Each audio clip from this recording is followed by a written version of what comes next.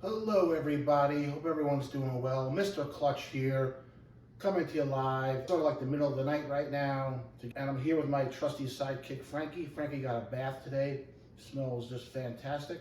St. Patrick's Day is sort of this weekend leading into next weekend. It's like a 10-day thing, with St. Patrick's Day is in a couple of days. So we're gonna make something St. Patrick's Day related. I'm not telling you what it is right now, you're gonna find out soon, probably in a couple of seconds. And yes, and I may mention this later, I am, despite my Italian look, 1/8 Irish. I'm half Italian. The other half is Irish, English, German. I am what they call a European mutt on that half side. So I have some breed in me to make something, of course, Irish and St. Patrick's Day related. So that's going to be coming up very shortly. Me and Frankie are going to get our aprons on, we're going to get geared up, and we're going to make our St. Patrick's Day treat, which is the hint for what it's going to be for everybody, which is going to start right now. Good morning, good afternoon, or good evening, everybody, and welcome. Happy St. Patrick's Day to my fellow Irish men and women out there. What are we making? Maybe you probably guessed it by now by looking at the ingredients up on the table here. Yes, we are making a rip-off, a bootleg of the famous McDonald's Shamrock Shake. Hold for applause. Yes, the Shamrock Shake, a great, delicious dessert, but only available a couple of months out of the year at McDonald's and not generally available, I guess, anywhere else. So we're making sort of a copy version of that.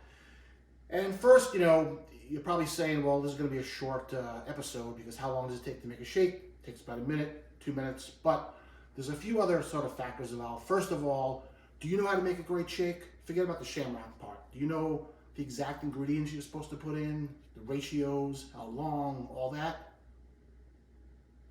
That's right, probably not. So we're going to go through that in detail.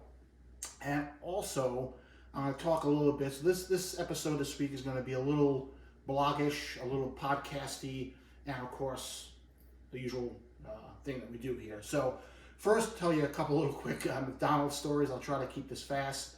First one is I don't recall what I had for lunch yesterday, but I do remember where I was when the invention, the rollout of the Chicken McNugget happened. I was in McDonald's in my neighborhood that I grew up in Queens, New York, online to get a hamburger, cheeseburger, quarter pounder, Big Mac, whatever it was. And one of the employees was walking around with a tray of this weird looking sort of tan thing that they're handing out to people to try. It was the Chicken McNugget. It was experimental. They were handing it out to people to try it, to get their opinions. It wasn't even on the menu yet. At the time, McDonald's only served various hamburgers, the one I mentioned, the filet of fish. And as you guys probably know, I don't eat anything out of the sea, so no go on the filet of fish, French fries, and shakes and sodas. So the Chicken McNugget was brand new to the scene. I tried one, I loved it, and never looked back. The other sort of interesting story is if you've seen that movie, The Founder, it's out there now and streaming somewhere. Stars Michael Keaton. It's about sort of the founding and beginnings of McDonald's and how the McDonald's brothers who started it and started the whole concept of a fast assembly line to make the food quick, hence fast food. The company was acquired by either Roy Kroc, I think it's Ray Kroc. Now Ray, or Roy, was a salesman who sold shake machines to various restaurants and hamburger places across the country. Went to visit McDonald's, sold them some shake machines, but fell in love with sort of the concept of how fast McDonald's was churning out food and the concept of handing food out through a service window. Wasn't around back then. Got involved, acquired the company, did all the franchising, and away we go. Anyway, let's get back to this. So, what do we need to make a Shamrock Shake, you may ask? The ingredients you're quite familiar with. First, we need milk. Now, you can use any kind of milk you want. You can use whole, 2%, 1%. Some people even get a little fancy. They do it with half and half. They think it's in vogue, but any kind of milk you want to use. Now, my thing with milk is sort of interesting, I think at least. I find sort of boring things interesting. is milk is sold in whole milk, which is recommended for a fair amount of shakes for thickness. But then from whole, it goes right down to 2%. Like you can't get a milk somewhere in between there. It's either all or nothing pretty much. 2%. Then you got 1%, which is half a 2. And then you got this thing called fat-free milk, which basically is water with some sort of white coloring in there. But you don't want to use that. That's for sure. You go with whole, you go with 2, whatever you have laying around the house. Don't go crazy over milk. Secondly, you need this guy here. This is mint extract, not peppermint, regular old mint extract. Now, where do you get mint extract? You find it in the spice aisle in your grocery store. You're also going to need ice cream. Now, you want to use plain vanilla, not French vanilla, fancy vanilla, premium vanilla, but plain. None of these other sort of spin-offs of vanilla. And also notable is you don't want to take it straight out of the freezer and put it right into the blender. You want to let it sort of sit 5-10 minutes. By the time I'm done babbling here, we'll probably be there. The ice cream's here, it's out already. You're going to need ice cream. And of course, for the Shamrock shake, you're going to need food coloring, green food coloring. Where do you get that? Probably about a foot away from where you got the mint extract, also in the spice aisle of your grocery store. And then lastly, and these are sort of optional, but I would recommend both. Whipped cream, put on top, what goes great with a shake. And then if you want to just be a little artsy, even though the thing's going to be green already, you can put some green sprinkles sort of on top of the whipped cream to sort of finish the whole thing off. So all these things are generally available, of course, in the grocery store. And one sort of note on purchasing of ice cream in the grocery store, besides the fact that you want premium, maybe something that's on sale, is remember this, just in general, for general ice cream purchasing, always grab one out of the back when you open up the door. Why? Because every time, all day, every day, people are opening and closing that door. That ice cream that's out in front of the window there, is constantly getting hot air hit up against it. So believe it or not, even though it's only open and closed for a short period of time, it is going to sort of slightly go up in temperature and then go down, up, down, and you might get some freezer burn and all that with your ice cream. You grab a fresh one out of the back, then you'll be sort of good to go at that point. So that's all we need in terms of sort of ingredients. In terms of equipment, hey, it's relatively easy. You need a blender. Now, you can use any kind of blender. You can use a portable blender, a basic blender, a high-tech blender. It doesn't really matter. We happen to have here at Clutch Studios the Cadillac blenders, the Rolls-Royce of blenders, the Lexus of blenders. We got the Vitamix, top of the line. Love this thing. It's a great blender. But you don't need it. You can use any kind of blender. We're going to go through the ingredients in a second and the amounts. We're making this for 2 because, hey, who drinks alone? Though it's pretty late right now, so there's a reasonable probability I'm not going to be having 2 of these myself. Let's keep that quiet. But the ingredients we're going to lay out and the amounts you need that I'm going to put up in the usual spot here is going to be to make 2 of these drinks. And last but not least, and probably it should really be first, but not first, is you want to put this in a chilled glass. So if you're making 2 drinks, take 2 glasses that you're going to use. Hold on, I'll get one. The 2 that I'm going to use. Should have done this before, but not paying attention. Well, you know what? I'm going to use one of these. 2 glasses. You want to toss them in the freezer for about 10 minutes leading up to this. So the same amount of time that you're sort of letting the ice cream sort of hang and sort of get a little bit warmer. And by the time you get the preparation done, these glasses will be nice and frosted. So into the freezer they're going to go. Hold on. I'll be right back. Relax.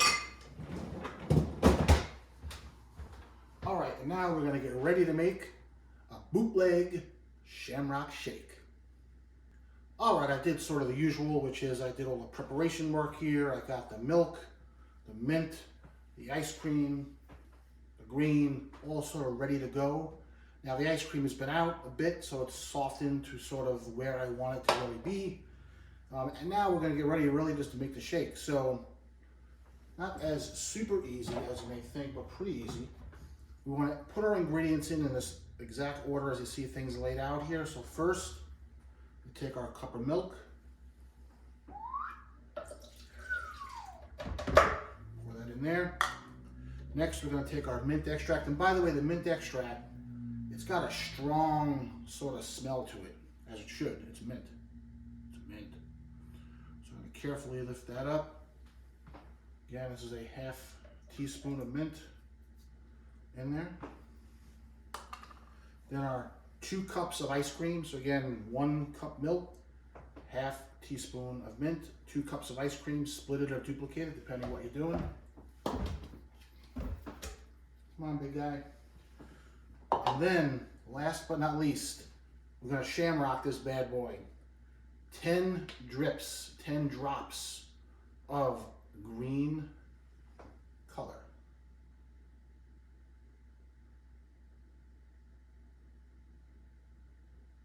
There you go. All the ingredients are in. For now, the base ingredients. Put our lid on here. You might not be able to hear me as this is going, so I'll tell you now. We're going to do this for about a minute and change. We're going to start on low, sort of like move on up, and we're going to end it around medium. Then we're going to pace it back down to low, and we're going to just do a little quick work here. So for now, let's turn her on. Fire up the engines. Look at that, green right out of that gate. Now we're going to move it up to medium. Around a half now, we're good. Cardell makes a great shake. Believe it or not, Arby's makes a great shake. All right.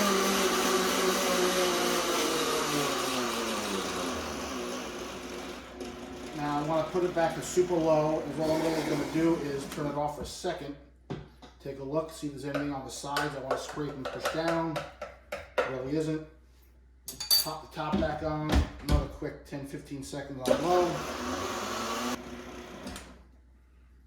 Power off, and I think we're good to go. So, I'm going to go back to the freezer and get the glasses, which have been sitting for about 10 minutes plus. They should be nice and frosted. Now, they're not going to be frosted in that you're going to see the frost, but they're going to be, they're nice and cold. And actually, you can't see it. See here? The glasses are, they're not foggy, they're frosted. So, you pop the top off, grab the, well, you don't need to pop the top off on the Vitamix. We're just gonna pour this in. Oop. Take the lid off, sorry, make it easier. Pour this in, like that. Gonna add a little whip.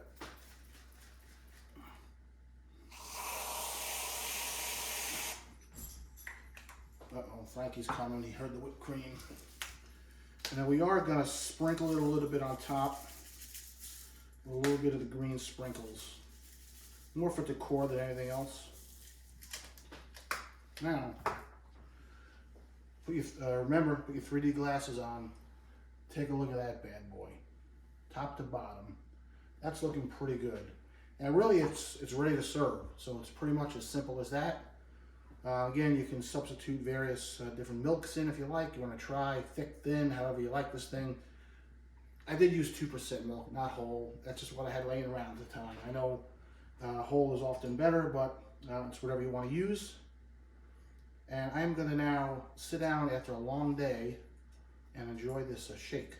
So until next time, next week, episode 8, I'm still trying my best, if you watch the end credits of the previous episodes, to get to this potato and egg sandwich. I'm trying to get there. Hopefully it will for next week. But for now, again, happy St. Patrick's Day, everybody. This is Mr. Clutch signing off. And hey, don't forget, if you enjoyed this, if you learned something about McDonald's or shopping, how to make the Shamrock bootleg shake, or if you just think this is entertaining, please subscribe to the channel. Please click that notification bell so you find out when the next video is coming out.